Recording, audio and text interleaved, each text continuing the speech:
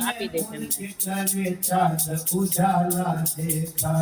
सड़की door लिए भांग क्या प्याला शिव जी रूप साधना के पार्वती के मन भाई बोले का नाम अगर ले लो मजा आ जाए प्याला भक्ति का पी लो तो मजा आ जाए भांग की धुन में मस्त है देखो भांग की धुन में मस्त है देखो गाना पिए हर दम दम दम हम बाबा बोलो रे भाई बम बम बम बोलो बम बम बम बोलो रे भाई बम बम बम बोलो आ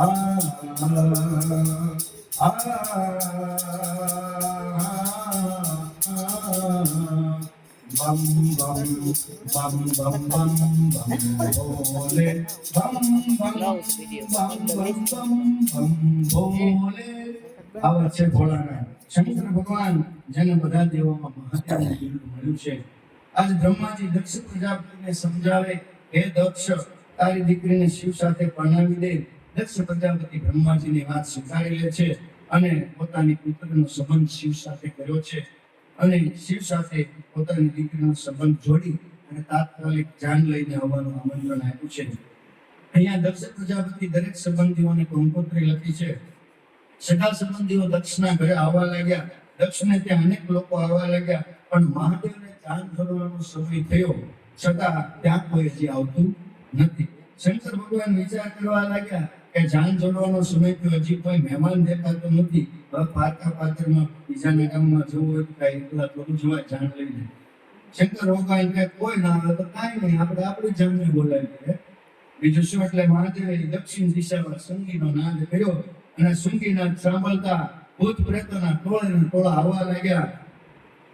પુતરાઓ બધા ભેગા થયા અને લોકો બધા પુતરા બધા આવી અને વરરાજાનું શણગાર કરવા મળ્યા રામાયણમાં પણ બહુ સરસ કથા આવે તુલસીદાસજીએ બહુ સરસ વર્ણન કર્યું કારણ કે દેવતાઓ કોઈ શણગાર નથી કરતા એટલે શિવના ગણો એને શણગાર કરે છે બહુ સરસ ટોપા છે શિવગી શંભુ ગણ કરગી સિંગારા શિવગી શંભુ ગણ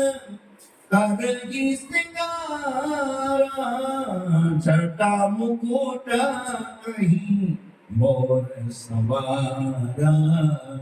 જટા મુકુટ અહીં મોર સવારા કર ત્રિશુલયરુ ડમરુ બિરાજા કર ત્રિશુલયરુ ડમરુ બિરાજા ચલે વૃષભ ચડી બાજે બાજા ચલે વૃષભ ચડી બાજે બાજા રામાયણમાં પણ સરસ મજાનું વર્ણન છે શિવજીના લગ્નનો પ્રસંગ આવે અહીંયા ભૂત શણગાર કરવા મળ્યા ભગવાનને હવે ભગવાન શંકરનું રૂપ તો હતું પણ દેખાડવામાં વૈરાગ્ય છે ને હવે જ્યાં શણગાર થયો તો દેવતાઓ પણ આવીને ભરવા મળ્યા છે ભગવાનની જાનમાં કારણ કે દેવતાઓને થયું કે શંકર ભગવાનનો કઈ ભરોસો નહીં કે ગજવચેથી પાછા વળી જાય તો શું કરવું માટે શંકરનું ધ્યાન રાખવા માટે દેવતાઓ સાથે ચાલવા લાગ્યા આમ વિશાળ સમાજમાં જાન આવી દક્ષના નગરમાં અને જેવી જાન નગરમાં આવી કે આખું નગર જાન જોવા માટે નીકળી પડ્યું છે અને આજે પણ નહીં લોકોનું જાન જોવાનું હમણાં વાત કરી જાન જોવાનો બહુ શોખ હોય તો ચાલો ચાલો જોવા જઈએ શિવજીનો વરઘોડો બેનો કીર્તનમાં ગાતો હતો વરઘોડો ઘણો બધો મોટો છે તો આમ આખું ગામ શિવજીનો વરઘોડો જોવા નીકળ્યું પણ જેટલા જાન જોવા આવ્યા ને એ બધા જાન બચાવીને ભાગ્યા ઉતરાને ભાગ્યા ને બધાને એટલે જીવ બચાવીને ભાગ્યા અને પછી વાત કરવામાં એને કોઈ જાન છે તો એમની સેના ભૂત પ્રેતની સેના છે લોકો અંદર વાતો કરવા લાગી કે દીકરી કેવી સરસ છે અને દક્ષ પ્રજાપતિને બીજો કોઈ સારો મૃત્યુ નહીં મળ્યો હોય કે આવા ભયંકર મૃત્યુને દીકરી આપી દીધી જાણી જોઈને દીકરીને કુવામાં નાખી છે દક્ષ પ્રજાપતિના પત્ની જે પ્રસૂતિ છે એના કાન સુધી આ વાત પહોંચી ત્યારે પ્રસૂતિ વિચાર કરે કે મારી દીકરી માટે આવો મૃત્યુ છે જે પરણમાં આવ્યો છતાં વસ્ત્ર વગરનો ખાલી મૃત જન્મ વીટાળીને આવ્યો છે તો જા હું હુકમ આપું છું કે મારે મારી દીકરી નથી પરણવી હુકમ છૂટી ગયો, તરત માણસો દોડાદોડ આવ્યા. જાનમાં આવીને કહેવા લાગ્યા, ભાઈઓ સાંભળો. બોલે શું? કે મહારાજનો હુકમ છે કે અમે અમારી દીકરી પરણાવવા માંગતા નથી. આખી જાન વ્યક્તાય ગઈ. હવે પરણવા ગયા હોય ત્યાં ઓલા સામેવાળા ના પાડે તો અમે લગ્ન નથી કરવા. કેવી તકલીફ થાય?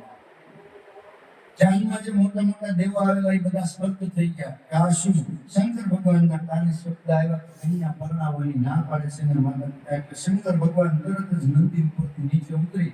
અને ત્યાં ને ત્યાં પલોઠી વાળી અને બેસી ગયા સમાધિમાં. દેવતાઓ મહાદેવને વિનંતી કરે કે મહારાજ આપણે